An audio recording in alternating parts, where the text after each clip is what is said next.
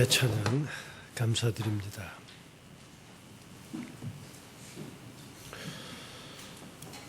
오늘 우리 창현의 믿음의 식구들은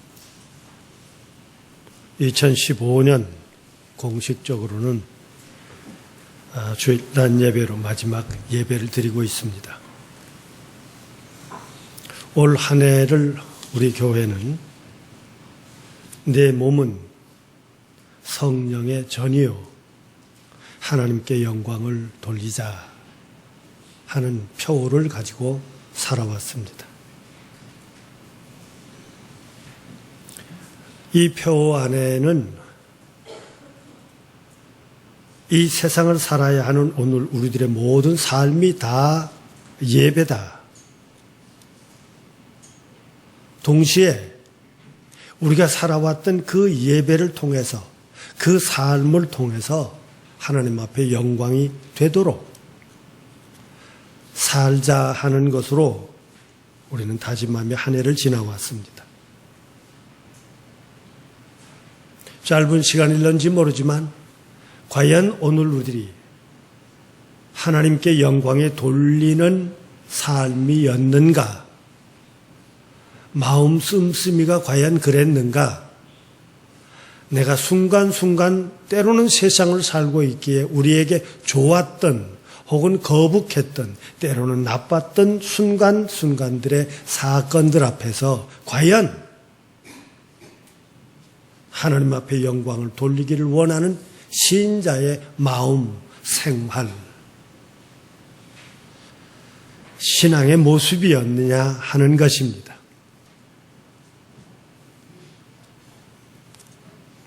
한 해 삶을 돌아보면 우리 모두 가슴속에 결코 밝은 것보다는 어두운 안타까운 일들이 개인에게도 사회에도 교회 안에도 있었음을 우리 모두가 잊을 수가 없습니다.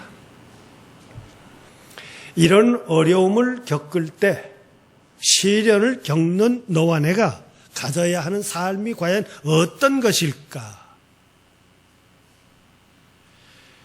오늘 데살로니가 교회를 향한 바울의 편지 속에서 오늘 예배를 드리고 있는 너와 나를 향한 사도요 믿음의 큰 종의 가르침을 통해서 깨달아 보고자 하는 것입니다. 사도행전 17장에 보면 데살로니가 교회를 시작하게 된 바울의 전도 이야기가 나옵니다. 2차 전도 여행에서 빌립보 교회를 떠난 뒤 데살로니가로 가는데 데살로니가에 가서 주의 복음을 전할 때 그 지역에 있는 유대인들이 하나에 뭉쳐서 소위 성서 속에 나온 표현 그대로 하면 시장 깡패들을 모아다가 베드로와 실라를 두들겨 패고 내몰아 그 데살로니가를 떠나게 만듭니다. 이건 결코 우연한 일이 아니라 그 속에 그렇게 뿌려진 데살로니가의 복음이 교회가 됐습니다. 그곳에 있는 교회, 교인들 삶이 어떠했으리라고 하는 것은 각자의 주목세계를 아시는 것만큼 세상을 못된 것을 아시는 것만큼 상상이 가실 겁니다. 바로 그런 시련 속에 있었던 이 데살로니가 교회들을 보고 바울은 오늘 본문 속에서 말하기를 너희는 마게도냐에 있는 믿는 모든 자의 본이 되었다라고 말합니다. 묘하게도 그 시련이 그들의 신앙을 더 단단하게 했어요. 그 어려움이 그들의 신앙을 더 깊게 만들었어요. 그래서 바울은 데살로니가 교회를 향해서 너희를 향한 믿음의 소문이 각처에 퍼졌다. 그래서 참 본이 되는 좋은 교회로 소문이 났습니다. 허나 그 고난이 그들에게는 작은 신앙인들이었을지라도 서로 사랑과 그 교회가 유지되고 그 교회를 지켜나가기 위한 믿음의 본이 되었으면서 동시에 신앙 속에서는 그것이 안으로 들어가 그렇게 살아가게 만들었던 것이 바로 재림신앙이었습니다. 그래서 데살로니가 전서와 후서는 그 신앙의 전체의 바울 사도의 글의 목적은 재림신앙을 어찌 받아들이고 어떻게 해석하고 재림신앙 앞에 우리가 어떤 모습으로 살까 하는 것을 잘 드러내주고 있는 신학적인 편지이기도 합니다. 고난이 사도의 사랑이 넘쳤고 사도를 향한 사랑이 넘쳤고 그 어려움이 성도들 간에 서로의 사랑이 돌봄이 넘쳤고 동시에 그들의 주변의 삶이 어려울지라도 그 어려운 가운데서 믿는 자의 모습이 거룩함이 생활 하나하나가 다 믿는 자의 본이 되었다고 이야기하면서도 그 고난은 재림을 기다리고 있는 신앙으로 깊어지고 바뀌어진 겁니다. 어려운 가운데서도 시련 속에서도 믿음을 지키게 한 것이 뭐냐? 지금 이 시간도 주의 몸된 교회를 찾아 나와 우리로 하여금 예배 드리게 하고 있는 것이 무엇일까? 오신 주님 그리고 다시 오시리라고 약속하셨던 재림의 그날까지 내가 살아있는 그 시간까지 바른 신앙을 지키겠다고 하는 것이 초대교회로부터 지금까지 우리의 신앙의 근본이 되고 있습니다. 그런데 세상을 살기가 어려운 가운데서 믿음을 지킨다고 하는 것은 너와 나의 독특한 신앙의 형태로 나타나는데 구약에서는 바로 메시아 사상입니다. 신약에서는 그 메시아가 오셨음에 대한 이야기와 함께 다시금 주님께서 오실 것이라고 하는 그 땅, 그 나라, 그 모습을 역시 하나의 맥으로 우리에게 전해주고 있습니다. 이스라엘 사람들은 그 메시아 사상이 다윗의 의로운 가지가 하나 솟아서 그 가지로부터 모든 것이 다스려질 때 공평과 정의와 하나님께서 이스라엘 백성들에게 약속하셨던 축복의 삶이 이루어질 것을 그들은 기다렸어요. 그런데 그들의 이 기다림이 당시에는 무력과 보다 더 강한 국가에 있었기 때문에 우리에게 그 무력으로 이 모든 적을 물리치고 강한 정부가 이루어지기 위해서는 역시 강한 지혜로운 왕을 기다린 그들에게 다윗의 의로운 삶, 의로운 정치, 다윗에 의해서 이루어지는 삶을 그들은 기다리고 있었던 것입니다. 그러게 구약과 신약 초기에서 예수님을 메시아로 보았던 많은 사람들의 한 신앙적인 색깔은 정치적이었습니다. 그러나 신약에 오면 그것은 다릅니다. 신약에서는 다분히 정치적이라보다는 아예 우주 보다 더 큰 온 세상이 새로운 세상이 된다 하는 생각이었습니다. 그 일을 이루기 위해 오늘 우리들에게 새로운 세상은 세상이 확 바뀌어지는 것만이 아니라 지금 각자가 살고 있는 그 자리, 오늘 우리가 살고 있는 그 자리, 내 직장, 내 집, 내 일터, 내가 지금 시련을 겪고 있는 그곳 속에서 신앙인으로, 신앙의 한 사람으로 살면서 그 나라를 일구어가는 사람으로 살 것을 예수님을 통해서 우리에게 보여주고 있습니다. 성탄을 늘 화육 혹은 영어로는 인카네이션이라고 그러죠. 말씀이 육신이 되었다는 요한복음에 비추어서 신이 인간이 되었다고 오늘 우리 함께 설교 제목으로 삼고 지난 25일 날 말씀드렸습니다마는 저 개인적인 해석은 신이 사람이 되셔서 이 땅의 생활 속에 사시면서 내가 원하는 사람의 모습은 이런 거다 하고 하나님께서 우리와 함께 살아주신 것, 이것이 성탄이고 이것이 은혜다 하고 말씀을 드렸어요.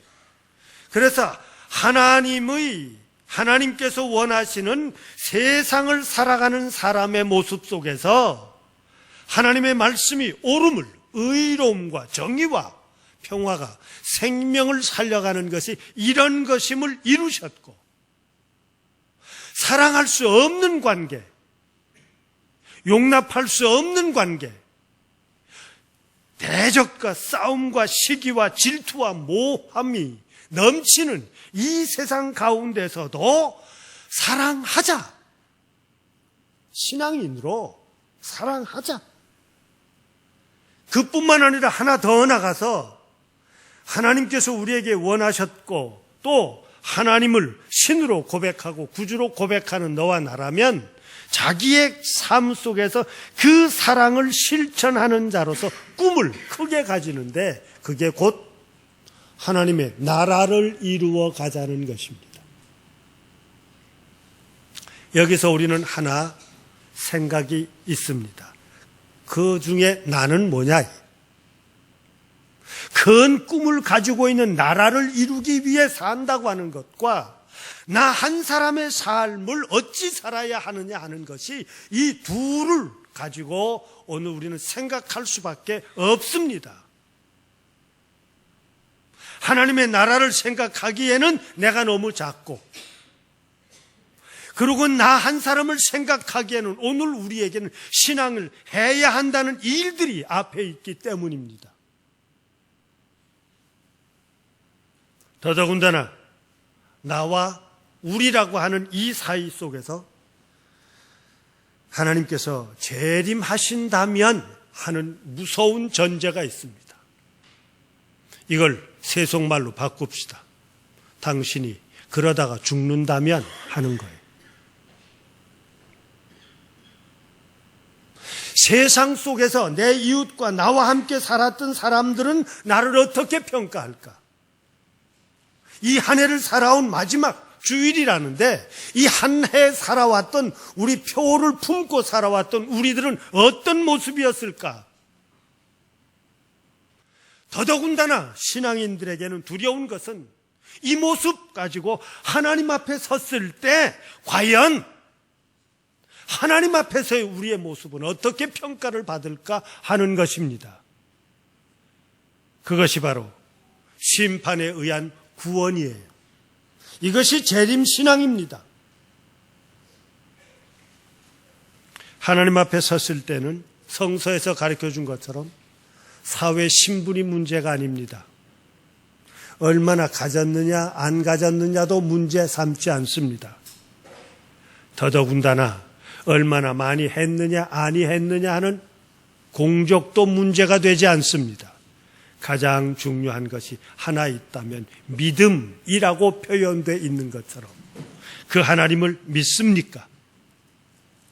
우리에게 주어져 있는 하나님을 믿는 신앙으로 오늘 인정받느냐 하느냐 것이 오늘 우리에게 이루어지는 것입니다.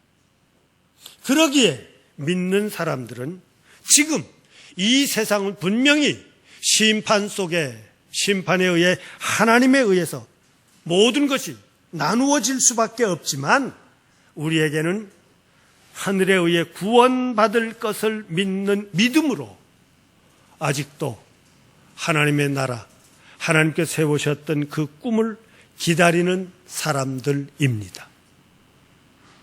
우리 모두가 다 하나님이 계시기에 하나님께서 약속하신 그 모든 축복, 하나님께서 약속하셨던 오늘 우리의 진실함이 인정받는 세상, 하나님의 말씀이 하나도 변질되거나 하나도 잊어지지 않고 실천되는 그 세상, 그때가 올 것을 확신을 가지고 살아가는 사람들이 된다는 것입니다.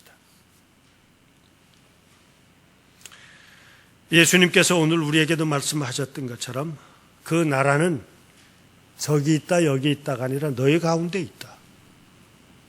내 삶 속에 있어요. 내 마음이 천국인가? 저는 늘 허물없이 표현할 땐 제가 그런 표현을 쓰죠. 가슴 속에 불을 안고서야 어떻게 편안하겠느냐고. 내가 세상일 근심과 걱정이 가득한데 그 얼굴이 어떻게 환할 수 있겠느냐고. 그러나 그 심령 속에 하나님에 대한 믿음이 있다면 그 어떤 시련과 어려움 가운데서도 하나님께서는 우리에게 좋은 것으로 채워주실 줄 믿습니다. 하나님께서는 이 시련 어려움도 뜻이 계신 줄로 압니다 하며 그것을 이겨나갈 수 있는 신앙인들, 거기에서 비록 환함이 드러날 거예요. 그러나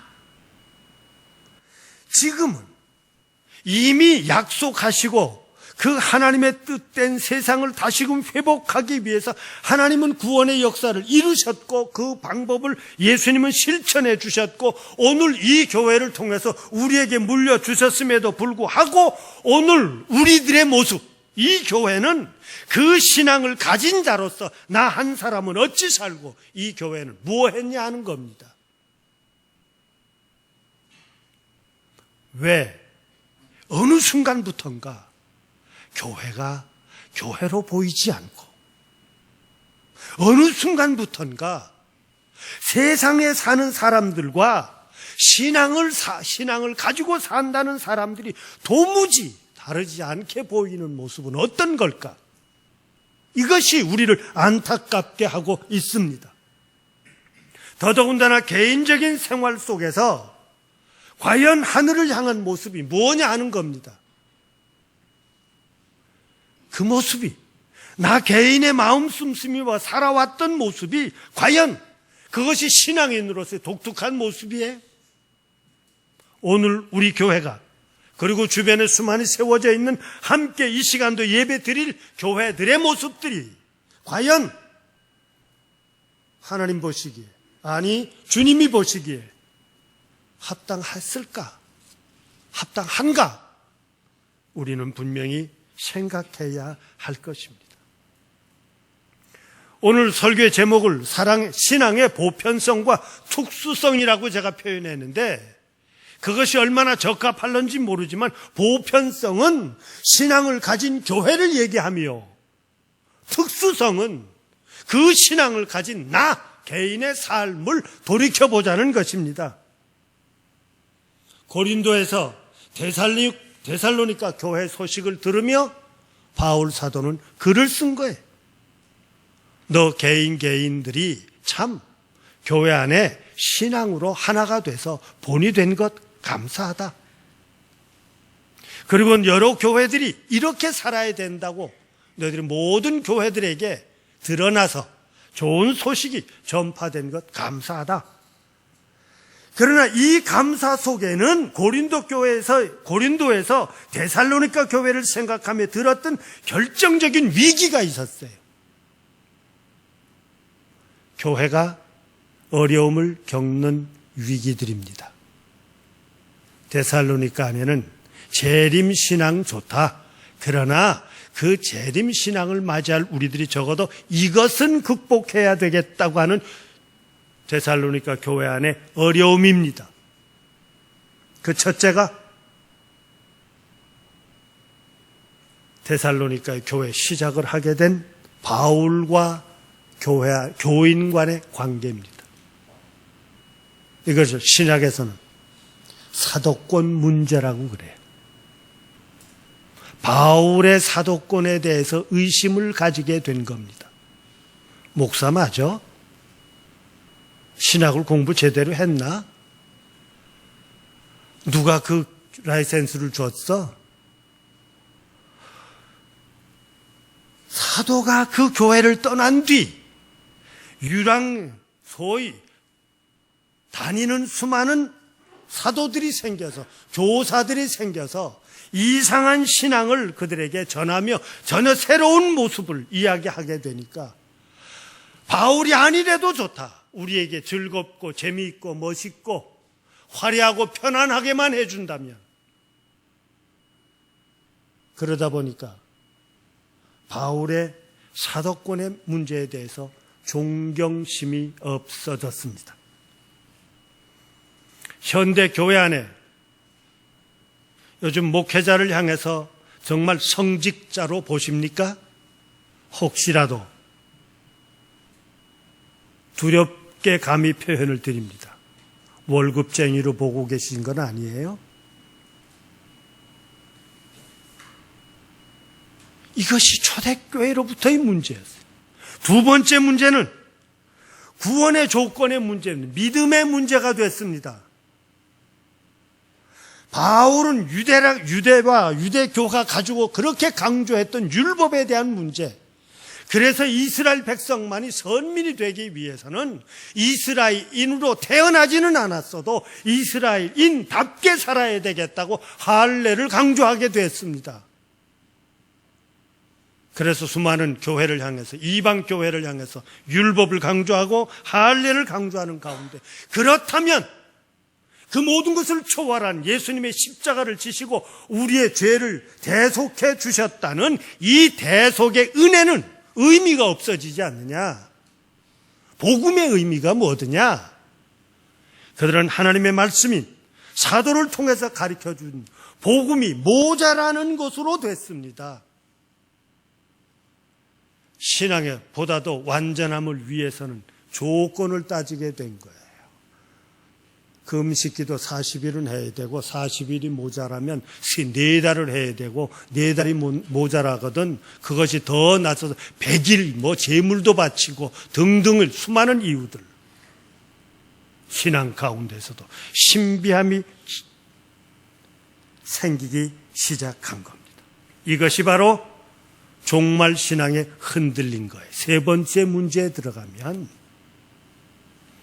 신앙인의 삶이 종말이라고 하는 세상에 끝날 것을 생각하고 강조하다 보니까, 아니 그것을 기다리다 보니까 생겨진 수많은 신앙 속의 회의는 교회 안에 있으나 밖에 있으나, 직분을 받은 자나 받지 않은 자나, 단에 서 있으나 단 아래에 있으나, 교회 울타리 안에 있으나 울타리 밖에 있으나 뭐가 차이가, 삶에 아무런 차이가 없다고 생각하다 보니까 교회 울타리 안에 있을 때는 교인답게 살고, 울타리 밖에서는 또 세상 사람답게, 세상은 다 그런 것 아니냐고 그곳에 또 어울려 살다 보니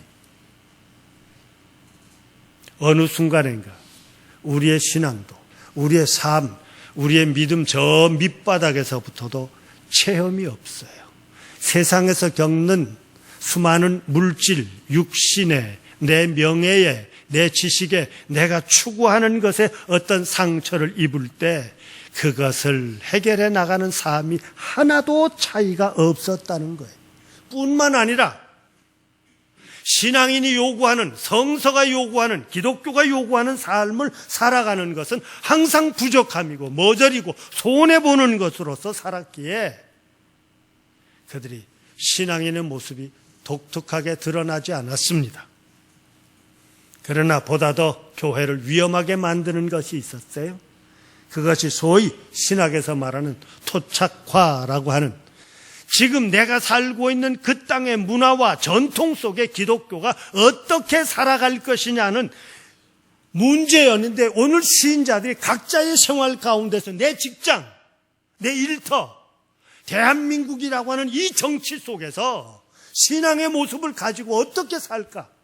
무엇을 고백하며 살까? 어떻게 실천해 나갈까? 나 같은 것은 그렇게 봐야 별것 없는 것 같으니 그냥 포기하고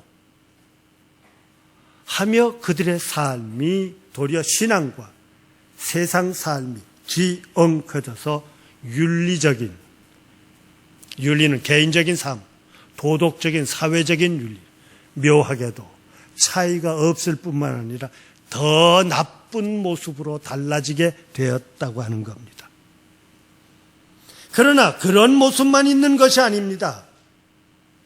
신앙의 위기가 오면 항상 새로운 신앙과 새로운 세상을 기다리는 저 밑바닥에는 보다 더 말씀에 충성해야 되겠다고 하는 그 열심이 지나친 나머지 아주 편협된 기독교를 만들어버렸습니다.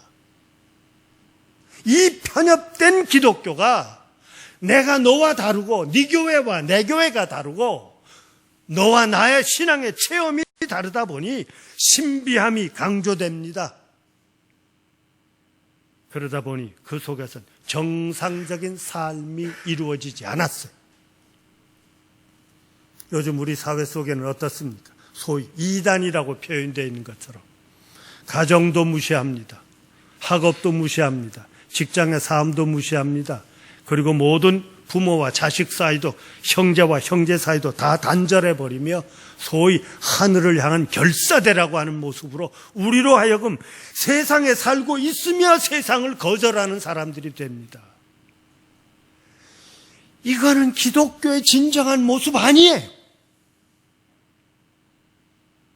모든 것을 품어내기에 부족한 오늘 우리를 안타깝게 생각할지언정 세상에 그 어떤 것을 내버리고 포기해서는 안 됩니다. 기독교의 말씀은, 기독교의 신앙은 오늘 내 부족함을 알지만 그 말씀을 향하여 살아가는 사람들의 모임입니다. 너의 모자람도 나의 모자람도 안타까울지언정 나누어질 수 없습니다. 중심의 하늘을 아는 사람이라면 개인에게 있어졌던 수많은 아픔과 모자람들이 부끄러움마저도 하늘 앞에서 오늘 우리들이 회개하고 뉘우치며 내 다하지 못함을 안타까워하는 자로서 아직도 우리를 향하신 하늘을 지켜나가는 사람들일 겁니다. 그러기에 신앙인들은 이 세상을 살며 하늘로부터 보호받아야 될 권리에 믿음의 권리도 있습니다. 동시에 믿는 자이기에 우리가 하늘을 향하여 그 모든 일에 참여해야 될 의무가 있습니다.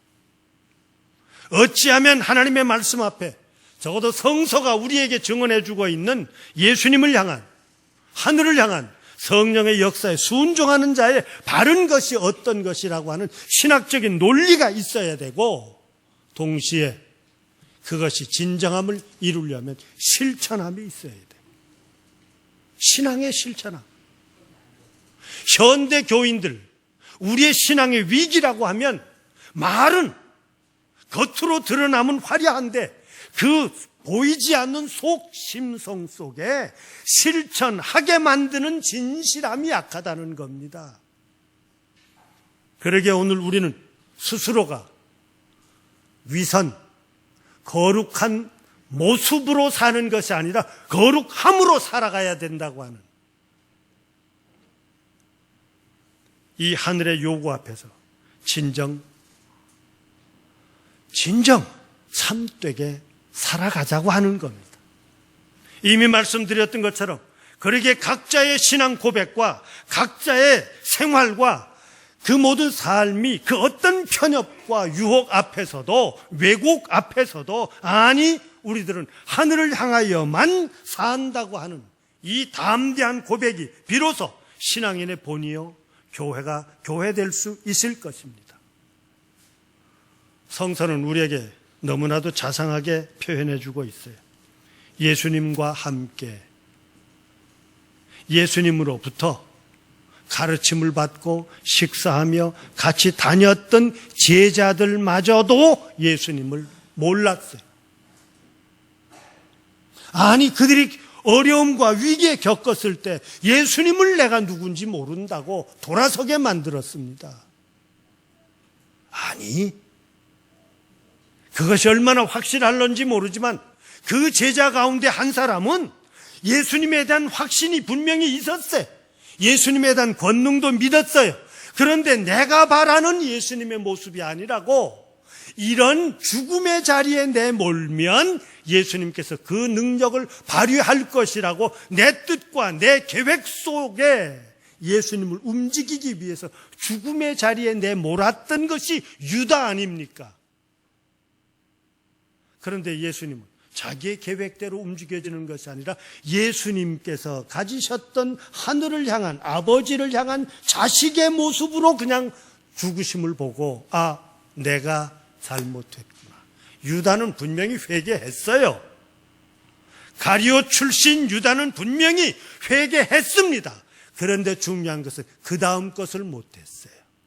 회개한 자로 돌아서서 그 복음을 위해 살았어야 하는데, 똑같은 모습으로 예수님을 부인했던 베드로는 자기의 눈물로 회개하고 돌아서서 죽기까지, 글쎄요, 그 이야기가 얼마나 사실인 줄은 우리가 알 수 없으나 전해지는 이야기는 뭡니까? 순교자의 순간에 베드로는 제가 어떻게 예수님 앞과 똑같은 모습으로 죽을 수 있겠습니까? 저는 십자가에 깍불로 매달아 주십시오라고 죽었다지요. 오늘 이 사람이 필요합니다. 이것이 회개요. 이것이 회개한 사람의 모습일 것입니다. 자신과 이 사실에서 오늘 우리 질문을 가질 것이 있어요. 내 어려운 순간에 예수님을 향해서 나는 어떤 마음 씀씀이를 가졌었는지를, 내가 어려움을 겪는 순간 교우를 향해서는 어떻게 살았는지를, 내가 어려움을 겪는 순간 내가 교회를 향해서는 어찌했는지를, 적어도 오늘 우리는 예수님을 향한, 예수님을 통한 하늘을 향한 삶을 사는 것이요, 동시에 오늘 우리는 지금 내가, 지금 나의 모습, 지금 내 형편, 내 위치, 지금 내 자리, 그곳에서 세상을 향하여 어떤 역할을 하고 있느냐고 물어야 할 것입니다. 내가 나를 사랑하며 살아가는 것이 특수성이라면, 내가 너를 향하고 이웃을 향하고 세상을 향하고 밖을 향하고 심지어 교회를 향한 것이 보편성일 것입니다. 이게 너무 달라요. 예수님은 이 시간 우리에게 분명히 말씀하고 계십니다. 하늘을 향한 내 믿음의 크기만큼 이미 오늘 우리들은 살아온 모든 삶 속에서, 아니 이제부터 살아가야 될 삶을 진실합시다. 하나님이 살아 계시다고 하는 것을 고백한다면 이 하나님은 의로우신 하나님이요, 정의로우신 하나님이요, 신앙의 수많은 선배들이 고백했던 것처럼 좋은 것으로 우리를 채워주시는 하나님이심을 믿을진대, 오늘 우리는 지금도 살아있음은 하나님께서 오늘 우리에게 살라 하신 은혜로 깨닫고 너와 나의 있는 자리에 하늘을 향하여 온전한 자가 되기 위해 열심으로 삽시다. 하나님의 돌보심이 가득하시기를 축원합니다. 사랑의 하나님, 세상에서 자기 사랑이 지나쳐 하늘을 잊어버리고 이웃을 잊어버리고 나 즐거움을 위해서, 나 편안함을 위해서 이 모든 생명도 잊어버리고 가볍게 생각하는 세상, 부모가 자식을, 자식이 부모를, 스승이 제자를, 제자가 스승을, 사도들이 시인자를, 시인자가 사도들을 마저도 잊어버리는 이런 험한 세상이 되었사온데, 그 가운데 어려우면 어려울수록 도리어 교우들의 사랑이 넘치고 수많은 교회의 본이 되었던 데살로니가 교회를 향한 사도 바울의 말씀처럼 오늘 한 해를 우리의 모든 육신의 삶을 성령의 전 예배의 터전으로 삼고 우리의 삶이 과연 하나님 앞에 영광이 되게 살았는가, 예배하는 자로 살았는가, 예배 드리는 자로 살았는가, 바울 사도의 글을 오늘 우리를 향한 책망이요, 권유요, 또 우리가 마땅히 살아야 할 모습을 전해준 말씀 앞에 저희들이 머리 숙였습니다. 좋으신 하나님, 앞과 뒤가 다르시지 않으신 하나님, 정의와 공평과 좋은 것으로 채워주신 하나님 믿습니다. 머리 숙인 교우들, 감당하지 못할 어려움 속에 놓이지 않게 하여 주옵소서. 자리자리마다 세상을 향하여, 교회를 향하여, 믿는 자를 향하여, 성도들을 향하여, 하늘을 향하여 진실함이 드러나도록 사는 저희들 되게 하여 주옵소서. 그리스도이신 예수님의 이름으로 기도드리옵나이다. 아멘. 이 시간 하늘을 향하여 우리의 받은 바 은혜를 드립니다. 하나님의 역사 앞에 이 모든 것이 쓰여지기를 원합니다. 하늘의 일에 모자라지 않기를 원합니다. 이것이 세상의 눈에는 물질로 보일런지 모르지만 각자의 생활 속에서 그가 이 땅에서 노력하여 얻어진 것을 신앙인 만큼 하늘을 향한 열심만큼 바쳤사오니 이 믿음의 예물이 쓰여지는 자리자리마다 그 믿음이 30배, 60배, 100배의 결실로 하나님께서 좋으신 열매로 인정받는 우리들의 헌신, 봉사와 참여가 되게 하여 주옵소서. 맡은 바 직분을 가지고 한 해를 살아온 남녀 종들, 그리고 세상 가운데서도 그들의 신앙의 모습으로 참고 견디며 주 앞에 충성을 다하기 위해 노력한 그 모든 신앙의 삶의 열매도 또한 받아 주시옵소서. 늘 하늘을 향하여 기도하는 것처럼 우리 교우들 필요한 것이 있어 주 앞에 그 심령을 모으고 하늘의 도움이 필요하여 구할 때 들어주시옵소서. 저희들 낙심하도록 혹시 버려두지 마시옵소서. 하늘로부터 멀어진 것은 아닐까? 심지어는 내가 하늘을 잘못 알고 있는 것은 아닐까? 아니, 하나님이 계시지 않은 것은 아닐까 하는 의심하며 가슴 아리하지 않도록 아버지 하나님 붙들어 지켜주시옵소서. 필요한 그 자리에 이해하고 순종하는 남녀 종들의 모든 헌신을 통해서 영광 받아 주시옵소서. 그리스도이신 예수님의 이름으로 기도드리옵나이다. 아멘.